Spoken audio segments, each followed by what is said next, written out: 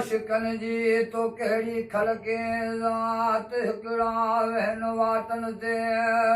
ॿिया जागन सारी रात जत चवे अला ओ हथ काला न कंहिंजो साथ कूड़ो जी जंजाल में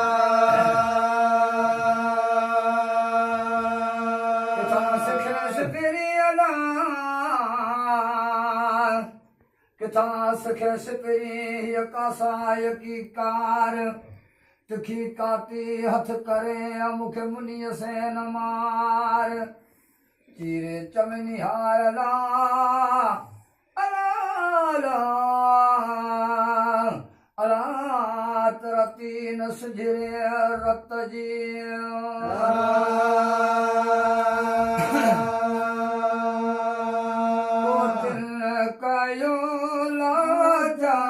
ॾिसो इश्क जो अंधकार कयो लाचार ॾिसो इश्क जो अंधकार मासूम घुर जी अखीर कर रूए तो न ढड़ो बार ॾिसो इश्क जो अंधकार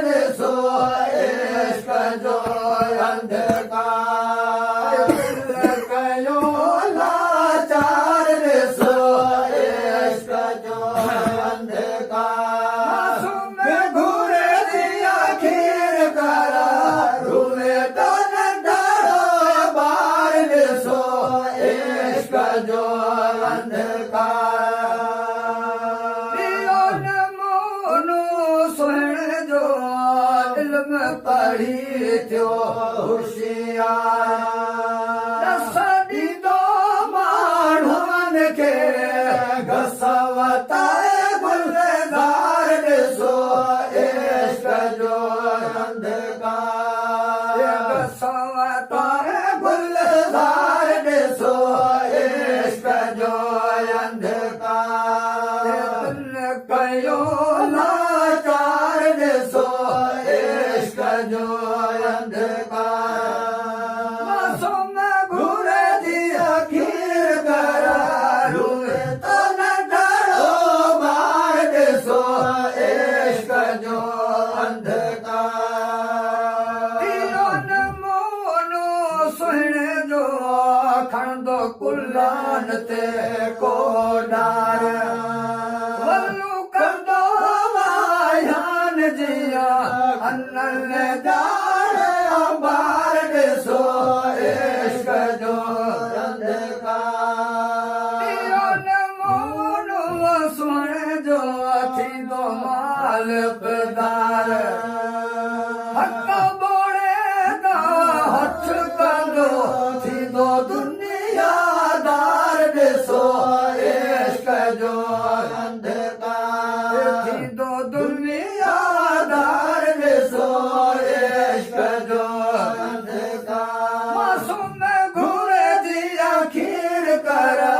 रूए तो न ढड़ो बार ॾिसो इश्क जो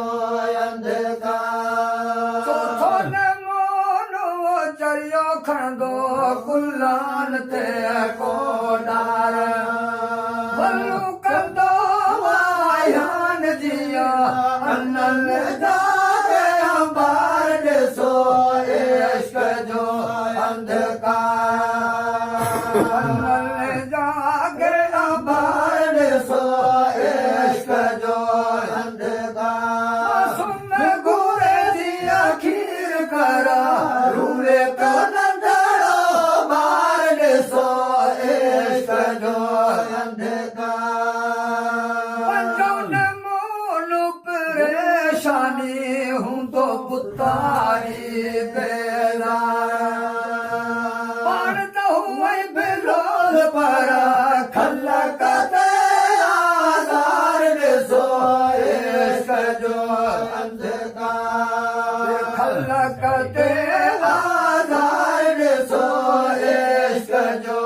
अंधकार सुन घूरे दी आखिर पर रूए तो नजरो बार सो इश्क जो अंधकार शवन मोनू शराब में बाप न कढंदो बार